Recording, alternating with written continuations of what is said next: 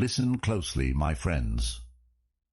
Pressure never knocks before it enters your life. It arrives through one phone call, one piece of bad news, one deadline, one financial problem, or one moment when everything suddenly feels heavier than you can carry. And that is where the real battle begins, not outside you, but inside your mind. When pressure hits, your heart races, your thoughts scatter, and your mind starts creating disasters that haven't even happened. One small spark becomes an entire forest fire inside your imagination. The pressure itself may be real, but the chaos you create around it can be far greater. The Stoics understood this centuries ago. Epictetus taught that we are disturbed not simply by events, but by the judgments we attach to them. Marcus Aurelius constantly reminded himself to return to reason when circumstances became difficult. The event may be outside your control. Your response is where your power begins. Think of a mountain standing in the middle of a violent storm. The wind attacks it. Rain crashes against it. Lightning tears through the sky. But the mountain does not panic. It does not chase the storm or beg it to stop. It remains standing. That is the mind you must build. Because calm is easy when everything is going your way.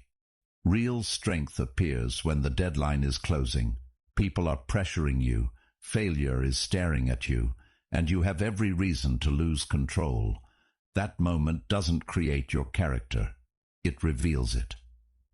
Seneca understood another dangerous truth. We often suffer more in imagination than in reality. Your mind whispers, "What if everything goes wrong?" And suddenly you're fighting battles that haven't even happened. So when pressure comes, don't give it your first reaction. Pause, breathe, separate facts from fear. Control what is yours to control, and refuse to surrender your mind to what isn't. And in this video, we're going through 10 powerful lessons that will teach you how to face pressure without panic, think clearly when everything feels overwhelming, and turn pressure from something that controls you into something you know how to handle. Because the goal is not to live a life without pressure. The goal is to become the kind of person pressure cannot control. Don't panic. Master pressure. Lesson 1. Master the first reaction. The first battle against pressure happens in the first few seconds. Before you solve the problem, before you make the decision, before you speak a single word, your mind will try to give you an immediate answer. Panic, escape, attack, or surrender. That first reaction feels automatic, but it doesn't have to become your final response. A trained mind creates a space between what happens and what it does next. Imagine a ship caught in the middle of a violent ocean. The waves don't ask the captain whether he is ready. They rise, crash against the vessel, and disappear beneath it. A weak captain fights every wave emotionally. A skilled captain watches the compass, adjusts the sails, and keeps moving toward the destination. Pressure is the ocean. Your reaction is the steering wheel. Epictetus expressed this Stoic principle with extraordinary clarity. It is not things that disturb people, but their judgments about things. The bad news is one thing. The meaning you immediately attach to it is another. I'm finished. Everything is ruined. I can't handle this. Those thoughts can turn one difficult event into a psychological prison. This is why your first objective under pressure is not to solve everything. It is to stop making the situation worse inside your own head. Don't answer the angry message while your blood is boiling. Don't make a life-changing decision while fear is screaming. Don't turn one failure into a prophecy about your entire future. Marcus Aurelius faced wars, political betrayal, illness, and uncertainty, yet he repeatedly returned his attention to what was directly in front of him. That is the discipline. not demanding that reality become comfortable, but becoming mentally strong enough to meet reality as it is. You don't need to control the entire battlefield. You need to control the next move. Think of a diamond. It does not become valuable because pressure disappears. It becomes valuable because enormous pressure transforms what was hidden inside it. Your pressure can do the same to you, but only if you stop treating every difficult moment as evidence that you are broken. The next time pressure hits, give yourself 10 seconds before you react. Breathe slowly. Name what is actually happening. Then ask yourself one question. What is the next move that is within my control? Not tomorrow, not next month, not the worst possible outcome, just the next move. Because panic wants you to see the entire mountain at once. Wisdom asks you to take the next step. And when you master that first reaction, pressure stops being the force that controls your mind and becomes the test that reveals how much control you have built. Lesson 2. Separate the problem from the panic. When pressure enters your life, the first mistake you make is often not the problem itself. It is confusing the problem with the story your mind creates about it. Something goes wrong, and immediately your mind jumps 10 steps ahead. One mistake becomes failure. One failure becomes disaster. One difficult conversation becomes the end of everything. Before reality has finished speaking, your imagination has already written the ending. The Stoics understood that the mind can turn a small wound into a permanent scar simply by repeatedly touching it. An event happens once, but your mind can make you experience it 100 times. Epictetus taught that we are disturbed by our judgments about events, not merely by the events themselves. The power lies in learning to examine the judgment before believing it. Imagine standing in a dark room and seeing a shadow move across the wall. Your body reacts before your mind understands what it is. You assume danger. Your heart accelerates. But then you turn on the light and discover it was only a curtain moving in the wind. The darkness didn't create the monster. Your imagination did. Pressure works the same way. So when something goes wrong, stop saying, "Everything is falling apart." Replace it with something precise. "This specific thing went wrong." Don't say, "I can't handle this." Ask, "What exactly do I need to handle?" Don't say, "My future is ruined." Ask, "What has actually happened and what am I only predicting?" That distinction is incredibly powerful because fear speaks in absolutes. Always, never, everything, nothing. Reality rarely speaks that way. Reality gives you one event, one decision, one obstacle. Panic takes that single event and turns it into an entire identity. Marcus Aurelius practiced looking directly at things without adding unnecessary drama to them. He would reduce situations to their essential reality. That is emotional discipline, seeing the event without decorating it with fear. Think of a surgeon standing in an operating room. The patient may be in danger, the situation may be urgent, and every second may matter. But the surgeon cannot afford to panic with the patient. He must become more precise as the pressure increases. The greater the pressure, the more valuable clarity becomes. You can train yourself the same way. When pressure hits, divide the situation into 3 parts. What happened? What I am imagining? What I can actually do? The first is reality. The second is your interpretation. The third is your power. And this is where you begin taking your mind back. Because pressure wants you emotionally involved in every possible outcome. Wisdom brings you back to the only place where action exists, the present moment.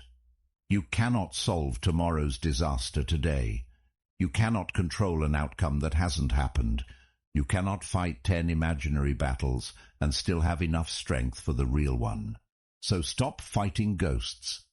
Look at the problem, name it, reduce it, handle what is yours, and let the rest remain where it belongs.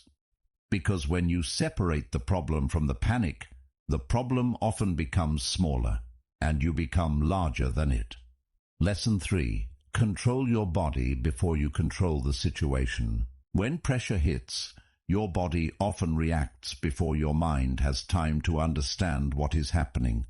Your heartbeat accelerates, your breathing becomes shallow, your muscles tighten, and suddenly your thoughts begin moving at the same speed as your pulse. This is why trying to think positively while your nervous system is screaming danger often fails.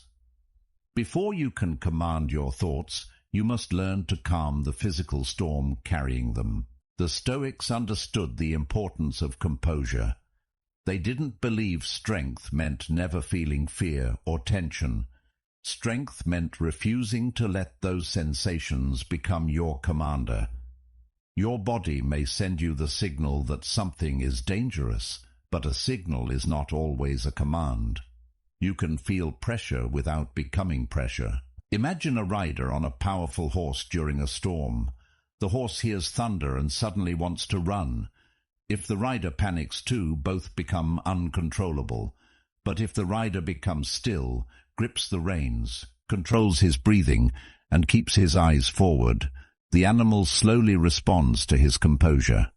Your body is that horse. Your awareness is the rider. This is why your breathing matters under pressure. When you deliberately slow your breathing, create physical stillness, and stop feeding frantic movements, you send your mind a different message. We are not surrendering. You aren't pretending the problem doesn't exist. You're creating enough internal space to respond intelligently. Think about a professional athlete before the final moment of a competition.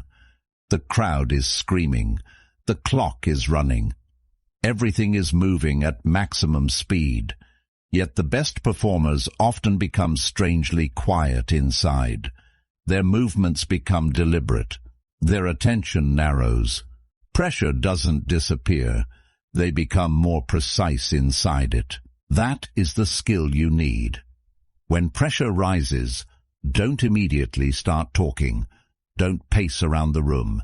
Don't fire off messages. Don't make 10 decisions simultaneously. Slow your body down before you speed your mind up. Take one controlled breath.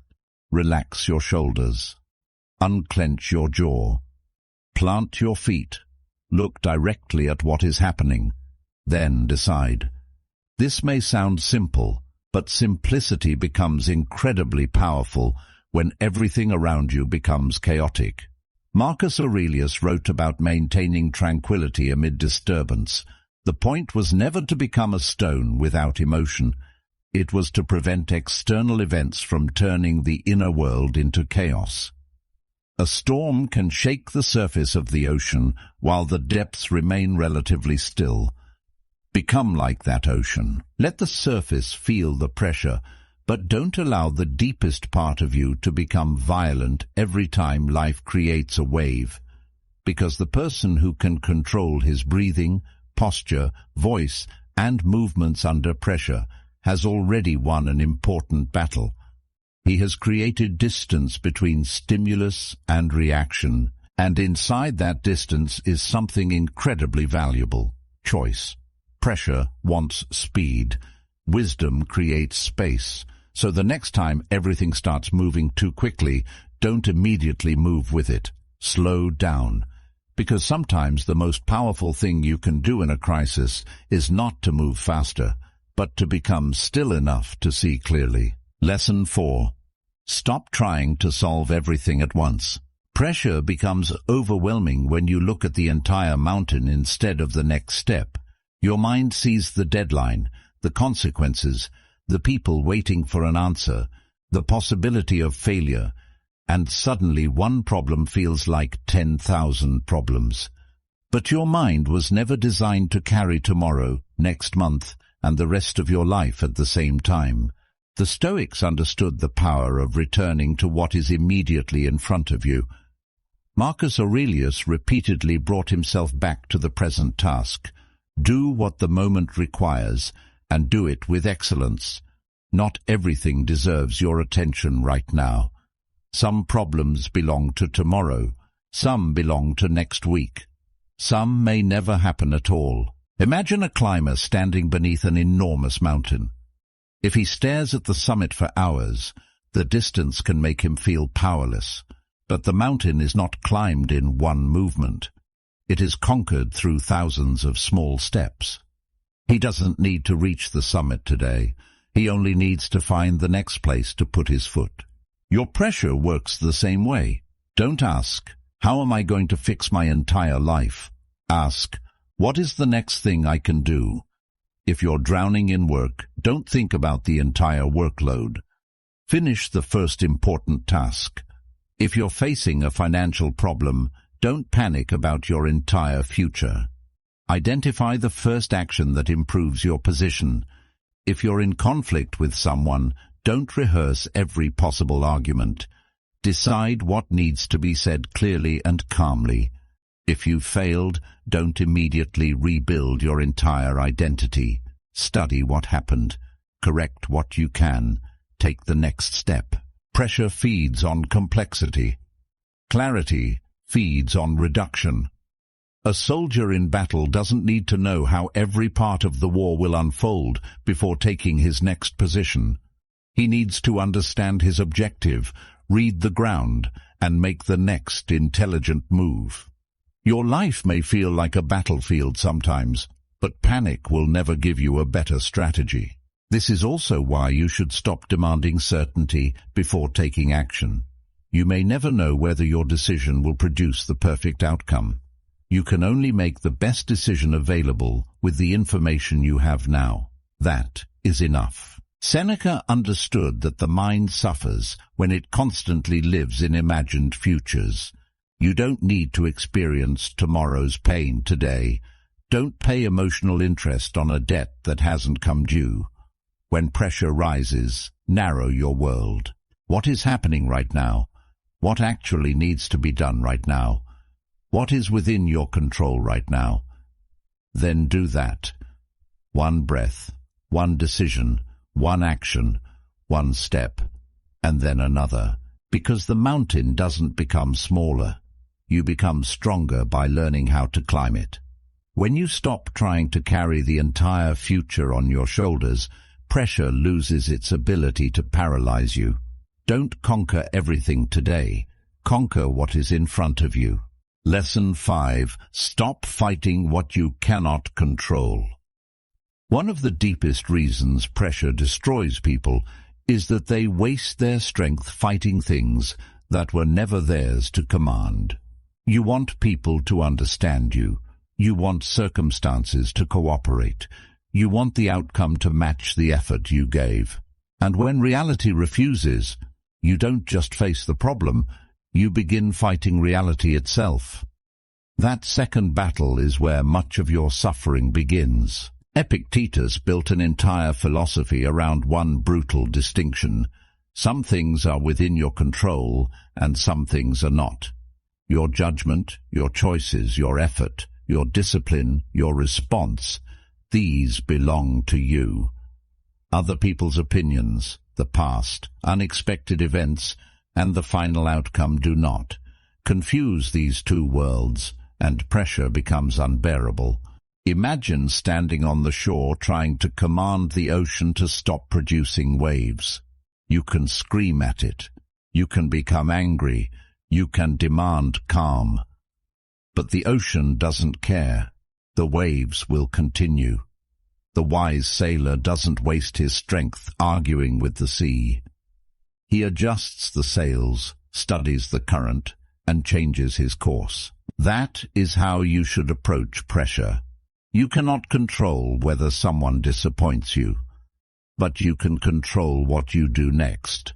You cannot control whether an opportunity disappears, but you can control whether you prepare for the next one. You cannot control whether people criticize you, but you can control whether their words destroy your concentration. You cannot control the outcome completely, but you can control the quality of the person you bring into the outcome. This distinction becomes especially powerful during uncertainty. When you don't know what will happen, your mind desperately tries to predict everything. It creates scenarios, calculates possibilities, rehearses disasters. You think you're preparing yourself, but often you're simply exhausting yourself before reality has even arrived. Marcus Aurelius faced an empire filled with events he couldn't personally control. His power came from repeatedly returning to the only territory that truly belonged to him, his own mind and conduct. Think about a tree during a violent storm. A rigid branch can snap because it refuses to move. A flexible branch bends with the wind and survives. Flexibility is not weakness. It is controlled adaptation. You need that kind of flexibility under pressure. If the plan changes, adapt. If someone leaves, continue. If the opportunity disappears, create another path.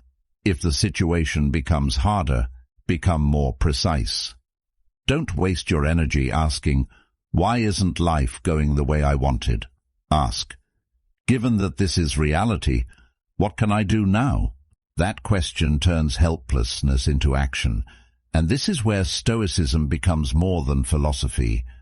It becomes a survival skill, because when you stop demanding that reality obey your preferences, you recover enormous amounts of mental energy. You stop trying to control the storm. You learn to steer through it. And once you understand that difference, pressure loses one of its greatest weapons, because you don't need the world to cooperate with you to remain composed. You only need to remain in command of yourself. Lesson 6. Turn pressure into focus. Most people think pressure takes their focus away. The truth is, pressure reveals whether you ever learned how to focus in the first place.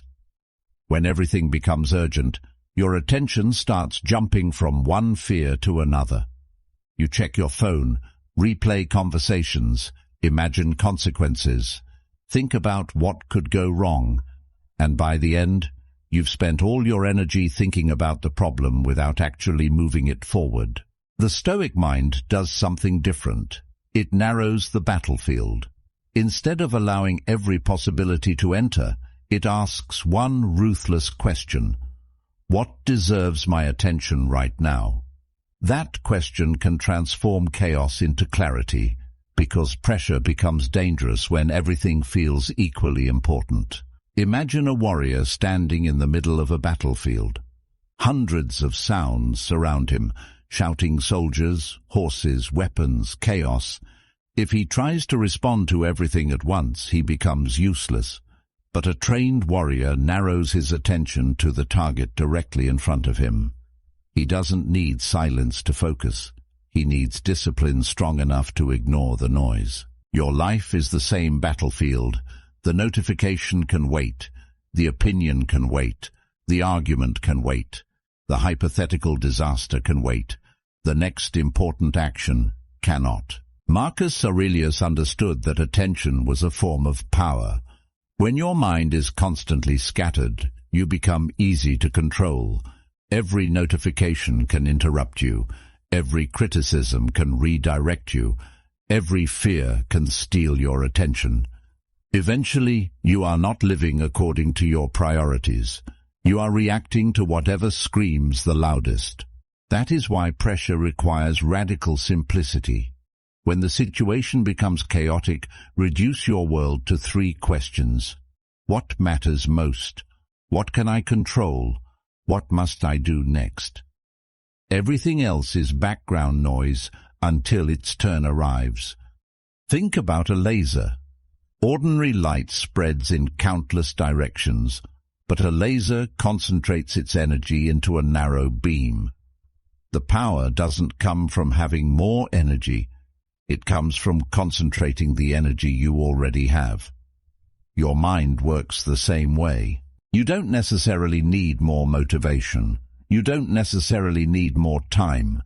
You need less mental leakage. Stop spending 10 minutes imagining what someone might think of you. Use those 10 minutes to solve the problem. Stop rehearsing every possible failure. Prepare for the most realistic one. Stop checking for reassurance every 5 minutes. Trust yourself enough to finish the task. And understand this. Focus under pressure does not mean becoming emotionally numb. It means refusing to let emotion hijack your attention. You can feel fear and still focus. You can feel uncertainty and still act. You can feel overwhelmed and still choose one thing to do next. That is real composure. A surgeon doesn't become calm because the operation is unimportant.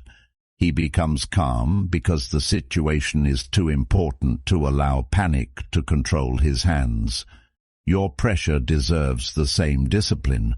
When everything around you becomes louder, you must become quieter inside. When everyone starts reacting, you start observing. When everyone starts rushing, you start deciding. And when your mind tells you to solve everything immediately, remember, you don't need to control the entire storm. You only need to keep your hands on the wheel. Because pressure becomes power when you stop allowing it to scatter your attention and start using it to sharpen your focus. Lesson 7. Stop letting pressure attack your identity. Pressure becomes far more dangerous when you stop saying, "I'm facing a difficult situation," and start saying, "I am a weak person." The first statement describes a circumstance. The second turns the circumstance into an identity. And once you believe the problem is who you are, every new challenge becomes evidence against you.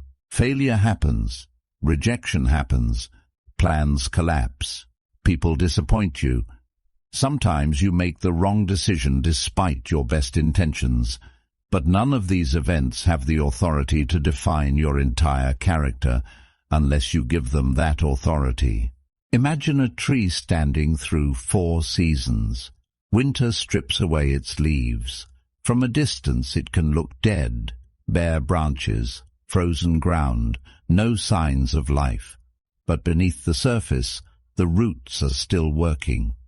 The tree doesn't confuse the season with its identity. Winter is something it is experiencing, not something it has become. You need to think about yourself the same way. You are having a difficult season. You are not a difficult season. You are experiencing pressure. You are not pressure. You are experiencing failure. You are not failure. This distinction sounds simple, but psychologically it can change everything. Because once your identity becomes attached to your circumstances, pressure doesn't just threaten your plans, it threatens your sense of self.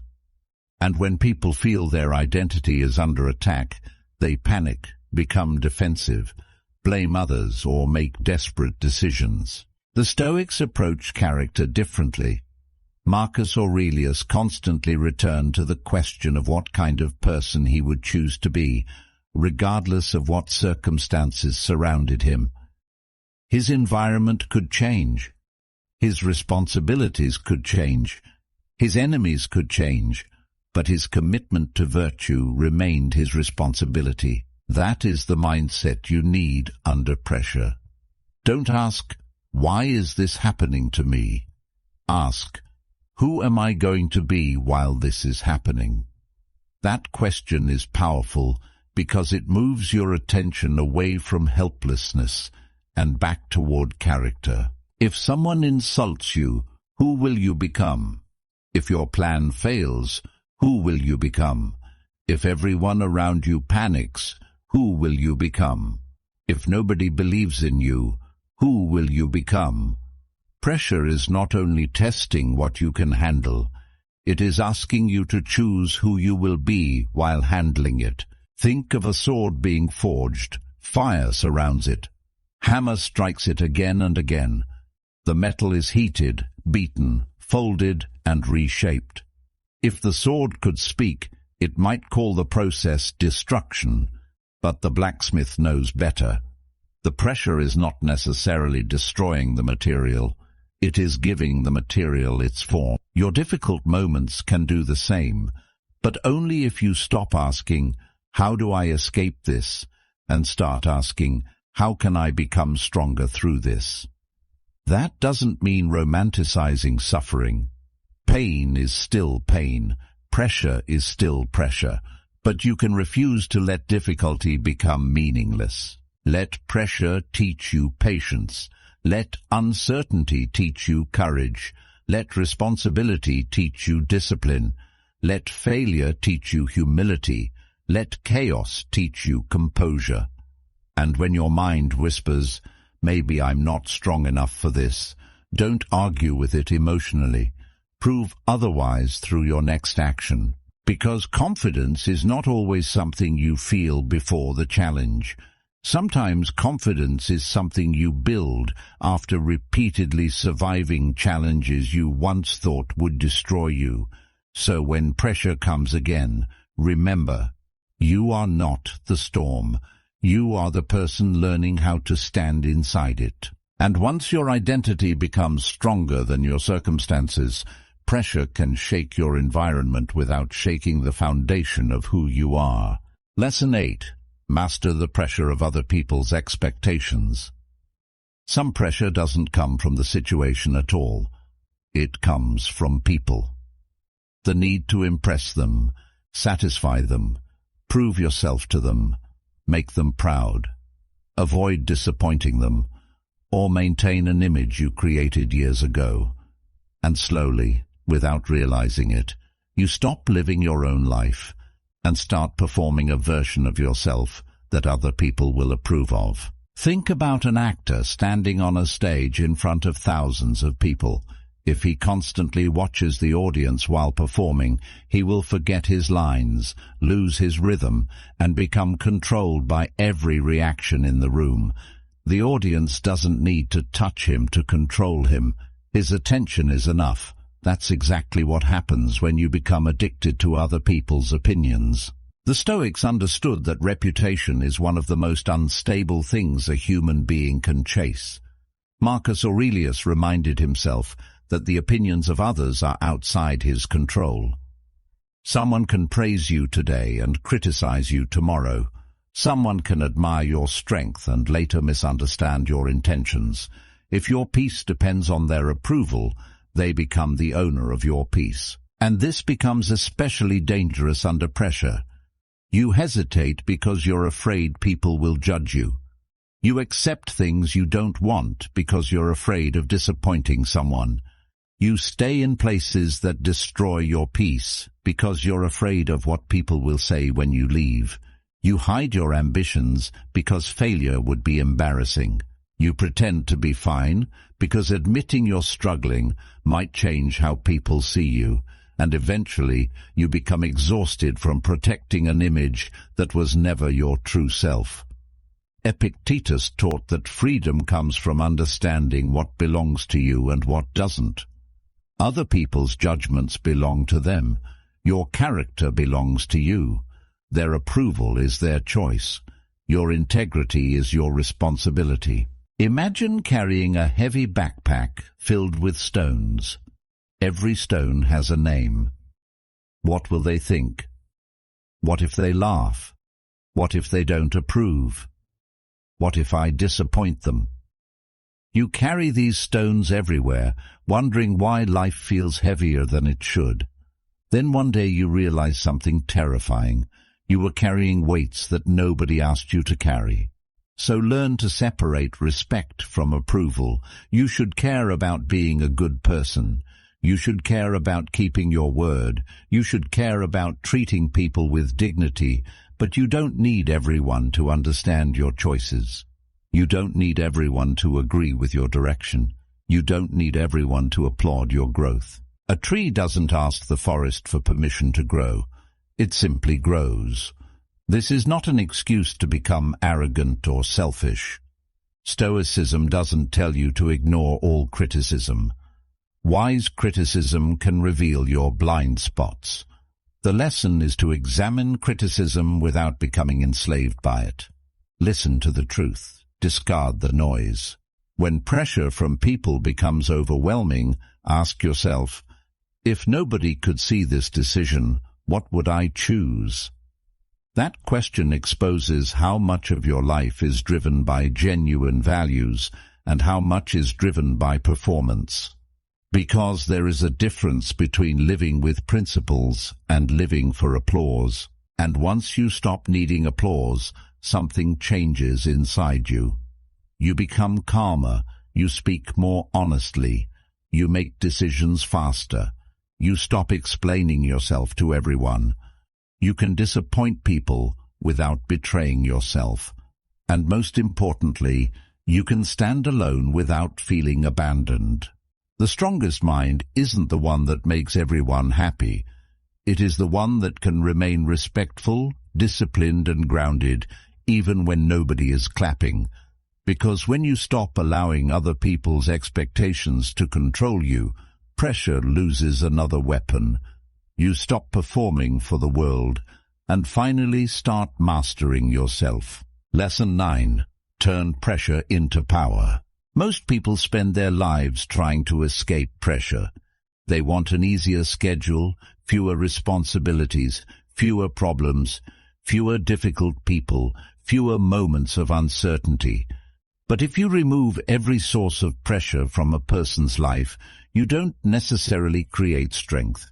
Sometimes you simply create fragility. A muscle that is never challenged has no reason to become stronger.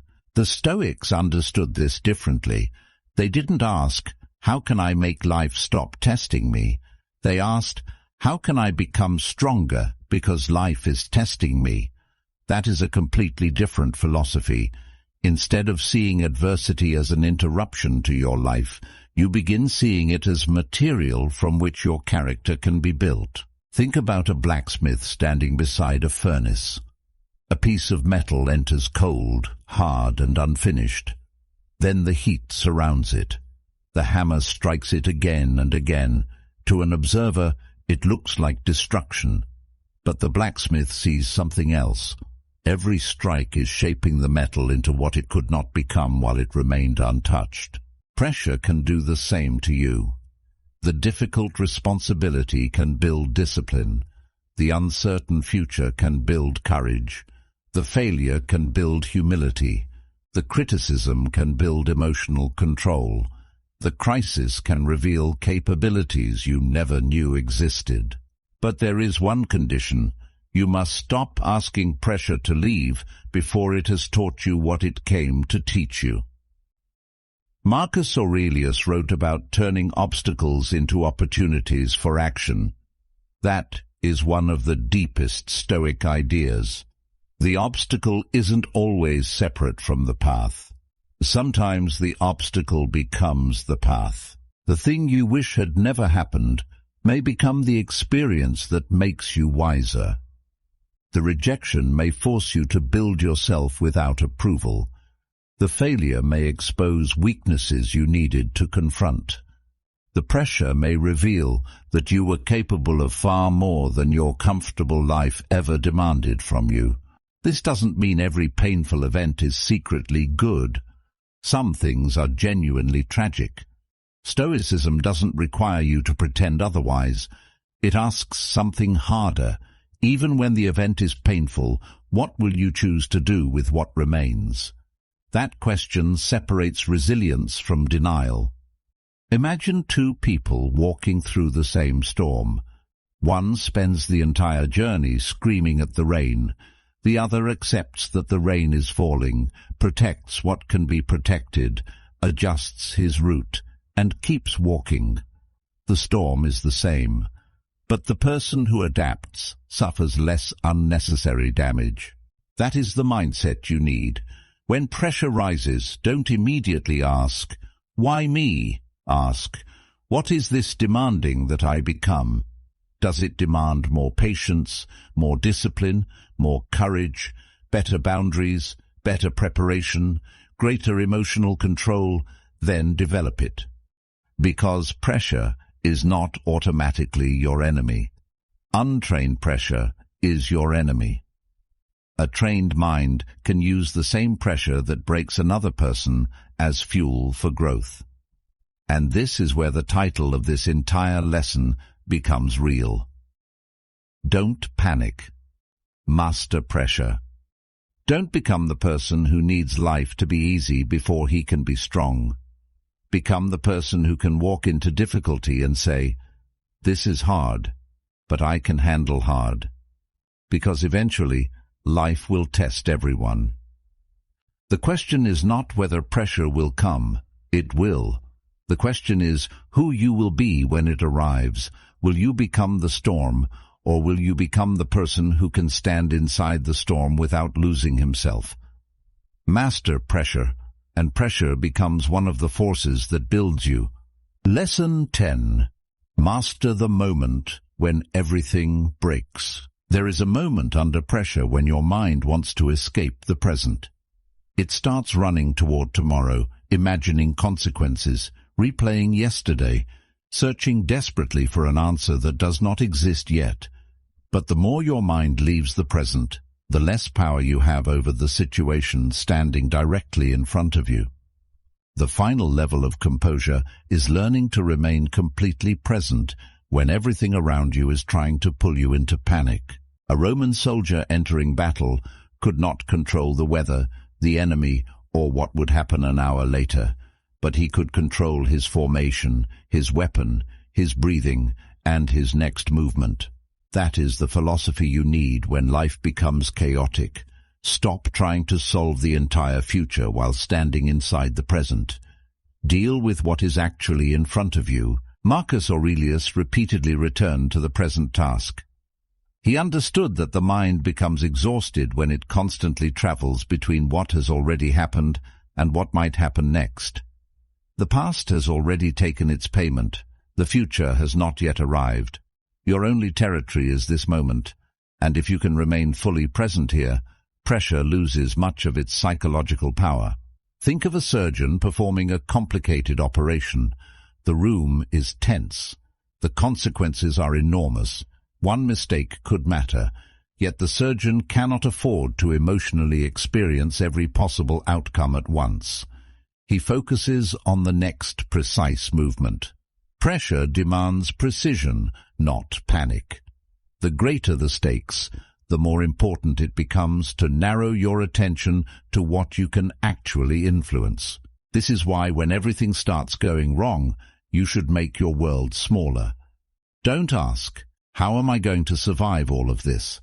Ask, "What is the next right thing?" Then do it. After that, ask again. One decision, one action, one breath, one step. You don't need to see the entire road to move forward on the next piece of it. There is also a deeper lesson here. You must stop expecting yourself to feel calm before you act calmly. Sometimes your heart will be racing. Sometimes fear will be screaming. Sometimes uncertainty will sit heavily in your chest. That doesn't mean you've lost control. Self-mastery is not the absence of emotion. It is the ability to choose your behavior while emotion is present. A mountain does not become powerful because storms stop reaching it. It becomes powerful because the storms fail to move its foundation. Your goal is not to create a life where nothing shakes you. Your goal is to build something inside yourself that cannot be easily moved by every external event. So when the pressure becomes unbearable, don't demand that yourself becomes superhuman. Return to the basics. Slow your breathing. Separate facts from assumptions. Identify what belongs to you. Remove unnecessary noise. Choose the next action, and then repeat. Because eventually, there will be moments when you cannot change the situation. You cannot stop the storm. You cannot reverse the loss. You cannot control another person's decision. But you can still decide who you will be while standing inside it. And that is where true Stoic strength begins. Not when life becomes easy, not when fear disappears, not when every problem is solved, but when everything around you becomes uncertain and you remain disciplined enough to stay yourself. That is how you master pressure. You don't defeat the storm by becoming louder than it. You defeat it by becoming steadier than it. Pressure will come back. It always does. Another difficult conversation, another unexpected loss, another deadline, another moment when life suddenly becomes heavier than you expected. You cannot build a life where pressure never appears, but you can build a mind that no longer collapses every time it does. That is the real goal of these 10 lessons. You learn that your first reaction does not have to become your final decision. You learn to separate the actual problem from the fear surrounding it, because imagination can turn one obstacle into an entire disaster. You learn to calm your body before trying to control your thoughts, and to stop carrying the entire future when only one step is required right now. You learn to focus on what belongs to you and release what doesn't. You learn that pressure becomes heavier when you fight reality itself. You learn to protect your attention when everything around you is demanding it, and to remember that one focused mind can accomplish more than 1,000 scattered thoughts. You learn not to let difficult circumstances become your identity. A bad chapter is not a bad life. A failure is not your identity. A difficult season is not who you are. Pressure can test you without defining you, and adversity can shape your character without becoming your character. You learn to stop living under the weight of everyone's expectations. You don't need everyone to understand your decisions. You don't need everyone's approval to move forward, and you certainly don't need applause to know that you're becoming stronger. Most importantly, you learn to change your relationship with pressure itself. Instead of asking, "How can I escape this?" ask, "What can this moment teach me?" Instead of seeing every obstacle as an enemy, see it as a training ground. The furnace doesn't ask the metal whether it's ready. The pressure simply comes, and what emerges depends on what the material is capable of becoming. So the next time your heart starts racing, don't immediately panic. Pause. Breathe. Look at the facts. Separate fear from reality.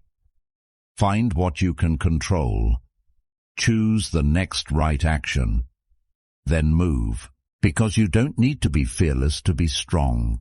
You don't need to feel calm to act calmly. You don't need to control the storm to control yourself inside it. The world will continue to create pressure. People will disappoint you. Plans will fail. The future will remain uncertain.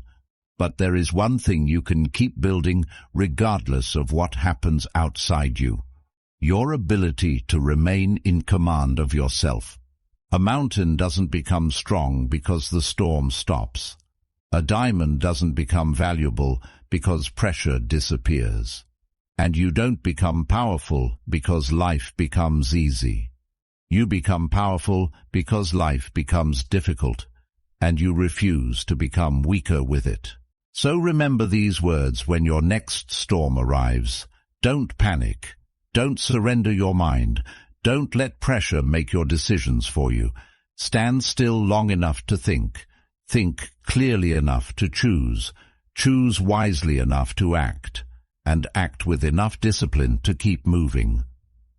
Because pressure is coming, the only question is, will it break you or will it build you? Don't panic. Master pressure.